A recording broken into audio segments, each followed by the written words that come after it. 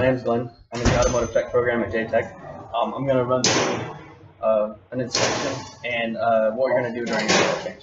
So if you come over here, point out a couple of the fluids that we're going to be checking.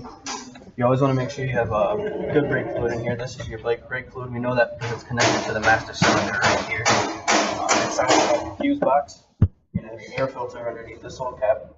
You have your battery right here. Right here is your radiator. This is the reservoir for where all your coolant and antifreeze is going to go. Over here, we're going to have your power steering fluid reservoir and also your windshield wiper reservoir. Up here, you want to check your dipstick, make sure that the oil in there looks clean. It's not brown, milky, doesn't have any metal shavings in it, nor is it kind of gooey, because you want it to be clean, that way it can run through your system. Right here is going to be your oil cap. After you're done, you're going to add, after you're done with your oil change, you're going to add the oil right back into this spot right here. Alright, so the first thing we need to do is we need to get this car up off the ground.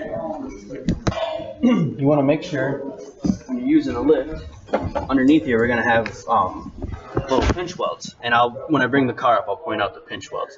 So that's what we have the car sitting on right now, are the pinch welds. You want to make sure everybody's out of the way before lifting this thing up. Just give it a good clear.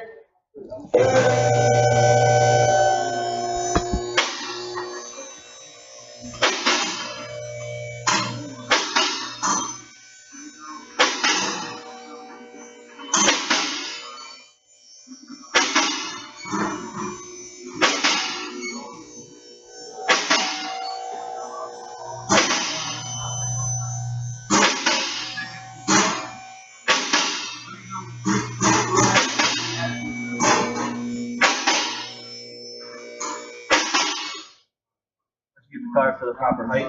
You want to bring it back down a little bit. That way you have your arms resting on a lock in there. So underneath, right here, we found our oil pan. This is right here going to be our drain plug. What we're going to do for an oil change, we're going to bring our oil pan up underneath it. You're going to pull your drain plug, that way the oil comes down into this and it's going to leak down. While we're doing that, we're going to work on some other stuff. Checking stuff in the back. But right up under here, we have our oil filter. Now these are school cars, so they've been worked on a couple times. Otherwise the oil filter is going to look a little nicer.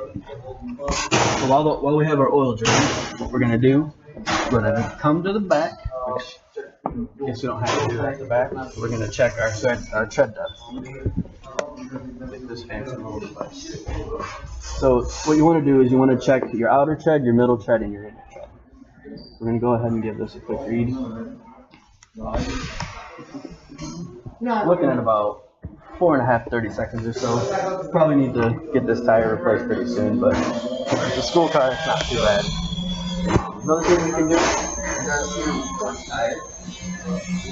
is you want to give this a little shake to make sure your suspension is good. This tire is pretty good.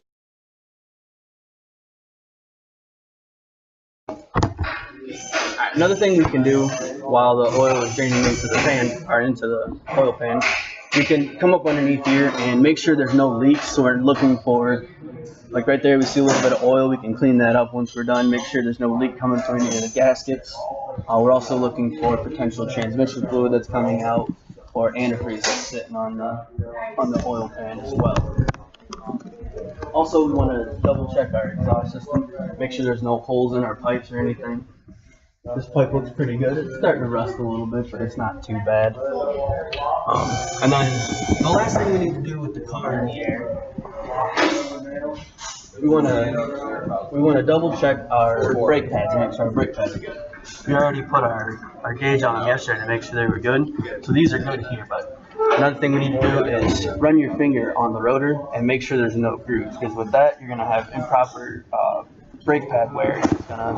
It's gonna mess with your brake system. That all feels pretty good, so we're good there.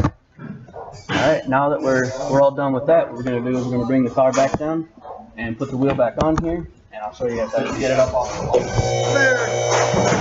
Now it's off the lock, you're gonna pull this handle to release them, and then you're gonna bring it all the way down to the ground. Clear! Clear, clear, clear.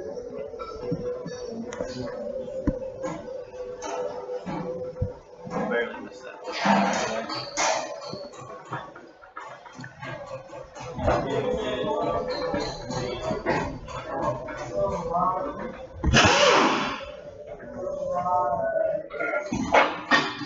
it on top of your bag.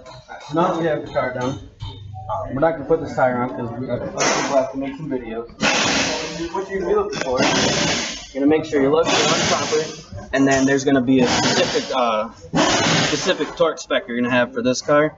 So then you just have to torque those down to whatever the proper torque spec is.